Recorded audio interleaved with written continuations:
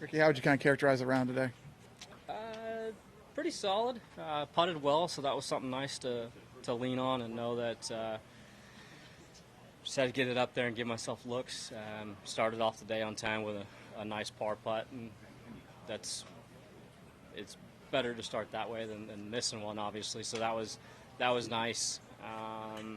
So yeah, felt pretty comfortable out there. A couple swings that cost me. I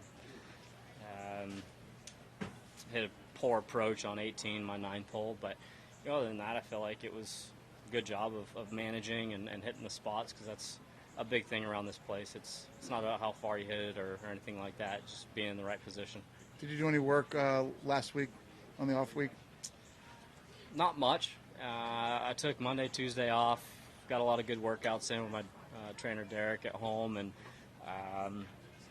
played a few rounds, but not a bunch of practice. Felt pretty good about where things were at. It was more just playing and hitting shots. Hey Rickie, Jack Hirsch, golf.com. What does the golf course dictate to you in terms of clubs off the tee? Were you hitting driver a lot today? Not a whole lot. I hit a handful of 3-woods. Yeah, I mean, you can kind of hit whatever. If you're driving it well, and you can push it up there on some holes to get shorter clubs in your hand, but at the end of the day, it's more about being in the short grass and being able to control the ball. Especially, it was a little windy and gusty at times, and these greens they're pretty firm and fast. So you need to be playing from the fairway to most hole locations to have a chance. Yeah, it's tricky. I mean, you can play good and shoot a few under, but you can also be a little off, and it'll pick you apart, and you're going to shoot a few over par.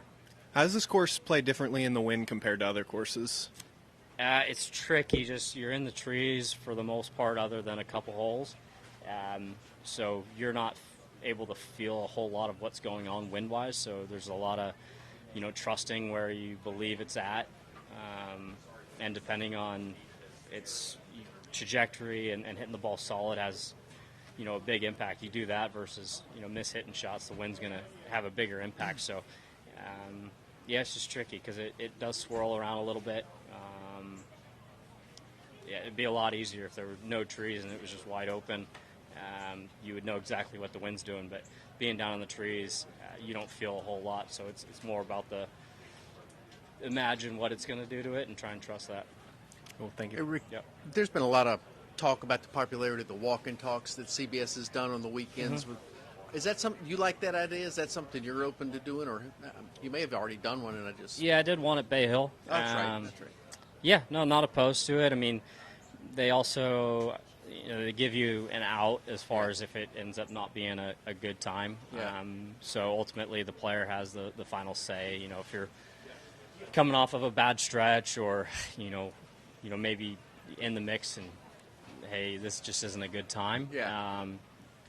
They do give you that out. So I feel like it's when the right questions are asked, and it's getting people a little more of an inside look of either what we're thinking or going through or stuff like that. I feel like it's definitely a benefit to the viewers, and it seems like there's been some good feedback from it. Yeah. It seems like with just a little earbud, a little less intrusive maybe. Yeah, a lot easier than having to put a pack and wire and stuff like that. So it's just like you're talking to someone on the phone. Yeah, thanks.